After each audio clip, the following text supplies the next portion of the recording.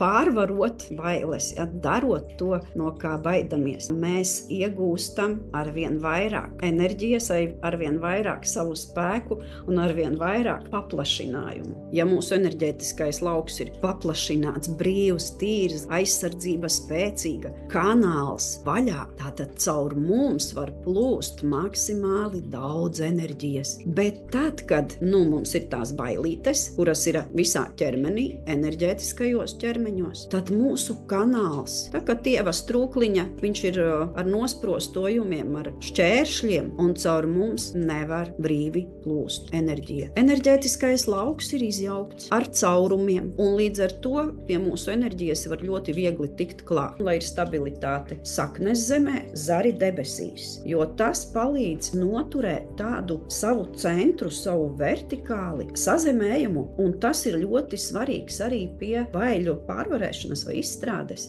sajust to sazemējumu. Baiļu veidi ir ļoti, ļoti dažādi, bet viņus nevar tā uzreiz un visus tagad izdziedināšu. Viņi tomēr pakāpeniski.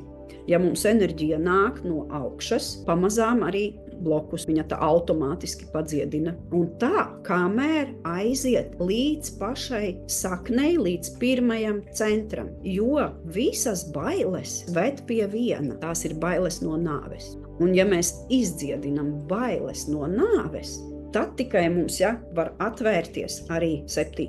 centrs. Un tad mums visas pārējās bailes atkrīt. Visas meditācijas palīdz izstrādāt blokus. Vienalga, vai tas ir baiļu bloks vai kāds cits. Ar katru reizīti, kad meditējam, mēs pieņemam arvien vairāk enerģijas, un tā enerģija jau ieplūst tajos blokos, tāpat. Galvenais ir nodoms un virzība. Izzināt, dziedināt, izprast, lai top jaunā dzīve, jaunās iespējas, no jaunās izvēles, no sirds, no dvēseles izvēles. Un lai bailes ir mūsu palīgi.